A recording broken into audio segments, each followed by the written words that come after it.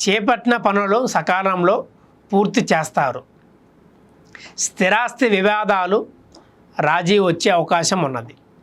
విలువైన వస్తు వాహనాలు కొనుగోలు చేస్తారు. వృత్తి వ్యాపారాలలో స్వల్ప లాభాలను అందుకుంటారు. ఆకస్మిక ధనప్రాప్తి కలుగుతున్నది. ఆధ్యాత్మిక సేవా కార్యక్రమంలో పాల్గొని మానసికంగా ప్రశాంతంగా పొందుతారు. లక్ష్యానికి చేరువవడం జరుగుతున్నది. వాయిదా పడుతున్న పనులు పూర్తవుతాయి.